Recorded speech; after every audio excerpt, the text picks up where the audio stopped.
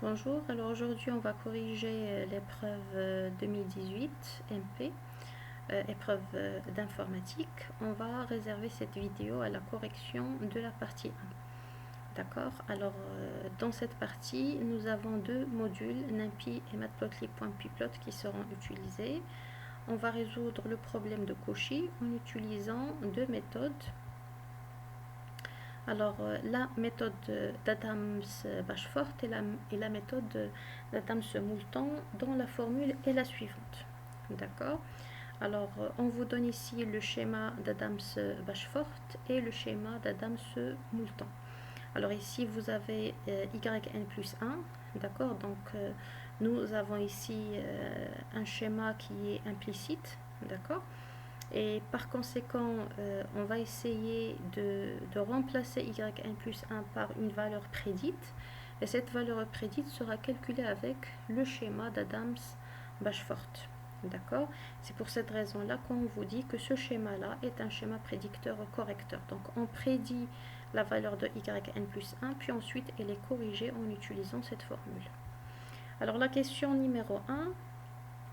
Écrire une fonction ABM2 FABY0H qui reçoit en paramètre la fonction f, c'est la fonction qui représente une équation différentielle du premier ordre. On rappelle le problème de Cauchy, d'accord, je suppose qu'on le connaît parfaitement bien.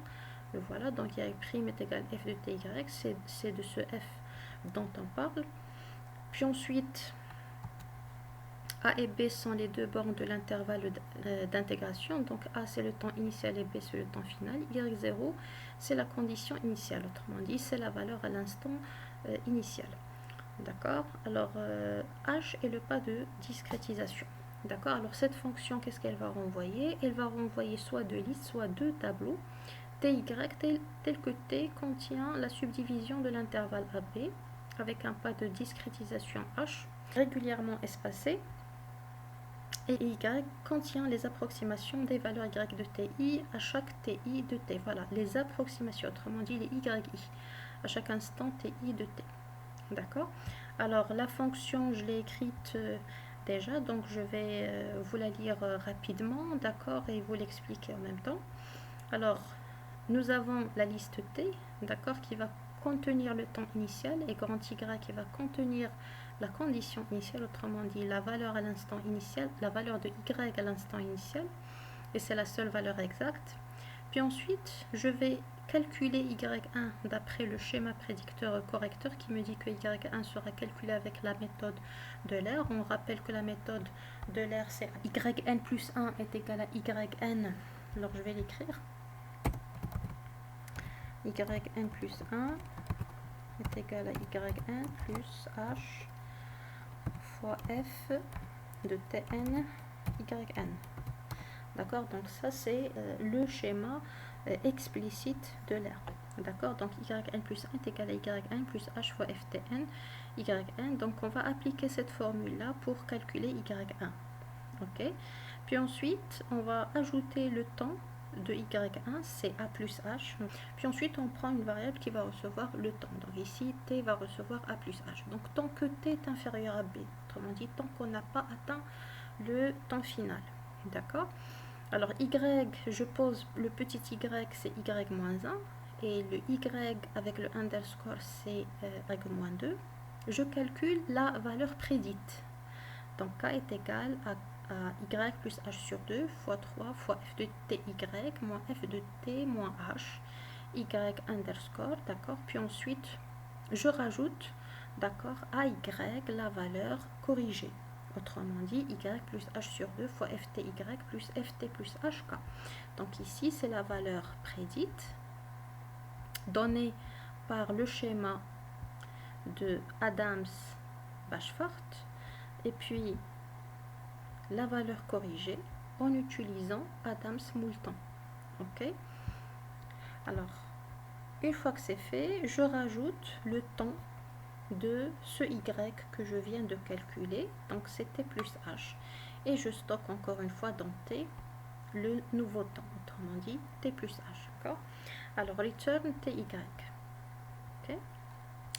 Alors on va voir une application de cette fonction sur un oscillateur harmonique.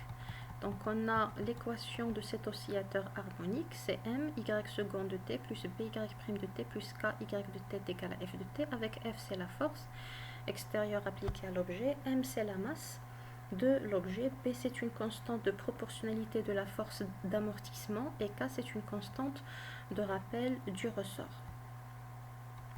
Alors on a ici les différents types de mouvements obtenus en fonction de la force et en fonction de la constante de proportionnalité de la force d'amortissement. D'accord? Alors la question 2, on suppose que la force est nulle. Donc, ensuite, on vous donne la masse, c'est 1,5, le K, c'est 12,5 et le B est égal à 1. On vous demande d'écrire l'équation différentielle E sous la forme z' est égal GTZ avec GTZ d'une fonction à deux variables. TZ dans Z est un tableau de longueur 2. Alors, pour écrire une telle fonction, je pose grand Y, c'est YT, Y' de T. On va faire un changement de variable, d'accord? Puis ensuite, puisque finalement, il faut réécrire cette équation différentielle de degré 2 en une équation différentielle de degré 1. Ok? Alors, une fois que c'est fait, Y', donc je calcule la dérivée, c'est Y' de T, Y seconde de T. Donc, c'est moins B sur MYT moins K sur MY de T, puisque la force extérieure est nulle. Donc, je pose ce couple-là, c'est l'image d'une fonction G à paramètre T et un couple YT, Y' de T. Et je définis G. G est une fonction de R fois R carré dans R carré, telle que T à B a pour image B moins B sur M fois B moins K sur M fois A. D'accord? Voilà, donc voilà, on a écrit l'équation différentielle E sous la forme Z' GTZ. C'est bon? Alors la question numéro 3. Alors on suppose avoir tiré l'objet suspendu verticalement vers le bas avant de relâcher sans vitesse initiale en utilisant le schéma prédicteur ou correcteur d'ordre 2. Adams Bashforth et d'Adams Moulton écrivent le code Python qui permet de tracer la courbe ci-dessous représentant la position y de t de l'objet m suspendu toutes les 10 à la puissance moins 3 secondes. Alors ici vous avez le pH. Alors pour ce faire, j'ai importé le module Matplotlib. Alors puisqu'on insiste à la méthode from Matplotlib, non. Puis ensuite ici from numpy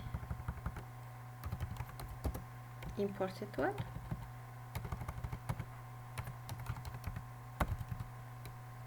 Ok. Alors B va recevoir 1, K va recevoir 12,5. M va recevoir 1,5. Alors ici, on va écrire array. Voilà. F est égal à lambda. Alors ici, je suis en train de définir F tel que je l'ai défini dans la question précédente. T0 reçoit 0, T1 reçoit 8 pour dire que T1 c'est l'instant final. Le pH. Donc Y0 va recevoir np.array, la condition initiale avec le changement de variable. Donc ici, Y à l'instant 0, c'est moins 0,3, on le voit très bien sur le graphique. Et puisque là, la vitesse initiale est nulle, donc on va mettre 0 ici, des types float. Alors je fais appel à ABM, ft0, t1, y0h. Alors du moment que ABM va renvoyer des listes, donc je vais transformer ce y qui est une liste en un array. Donc ici je vais mettre array, même ici array. D'accord? Alors puis ensuite, alors qu'est-ce qu'on va faire? Je vais sélectionner les premières valeurs, puisque y c'est une matrice à deux colonnes, d'accord, et on a plusieurs lignes en fonction du nombre de nœuds dans le maillage, d'accord. Donc à chaque pas de temps, on a une ligne dans le vecteur y. Et donc je vais sélectionner la première colonne puisqu'elle représente les y, et la deuxième colonne, elle contient les y'. Ok. Alors je vais afficher les y, d'accord, en fonction du temps avec une courbe en noir et qui va prendre un label y de t écrit en LaTeX. D'accord. Puis ensuite j'affiche la légende et je clique sur Show. Là, donc je vais sélectionner toute cette partie là et je vais demander à ce qu'elle soit exécutée. Okay.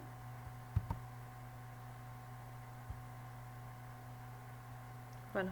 Donc ici, vous avez, d'accord, la courbe.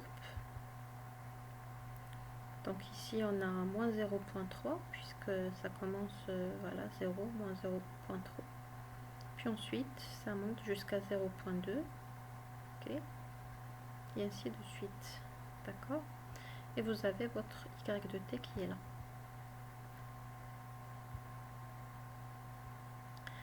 Alors la question qui va suivre, écrire la fonction racine p qui reçoit en paramètre la liste ou le tableau p des positions y de t de l'objet suspendu à intervalle de temps de 10 à la puissance moins 3 secondes. La fonction affiche les valeurs des zéros de la fonction y de t, les valeurs des t telles que y de t est égal à 0, y de t est à peu près égal à 0 avec la précision de 10 à la puissance moins 3.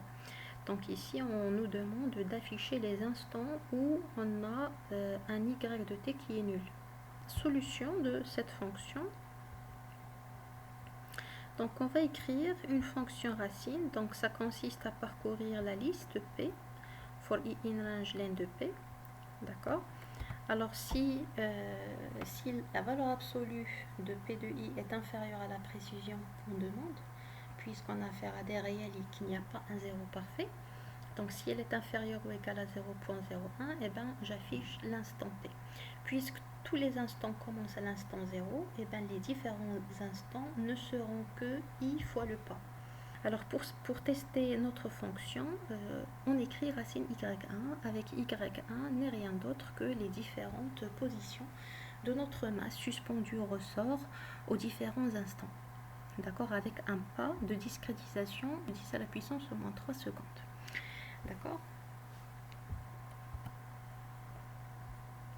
Donc voici le graphique qu'on a obtenu à la question précédente. Et voici les différents instants. Alors parmi les résultats affichés, on retrouve le 0,589, on retrouve 1,684, on retrouve 2,78, on retrouve 3,875, on retrouve 4,971, 6,067 et 7,62. Voilà. Plus d'autres valeurs. D'accord. Il y a d'autres valeurs. Voilà. Donc c'était ça pour la première partie de l'épreuve CNC 2018 MP. Si vous avez des questions, n'hésitez pas à les poser. Merci pour votre attention et pour votre intérêt. Merci beaucoup. Au revoir.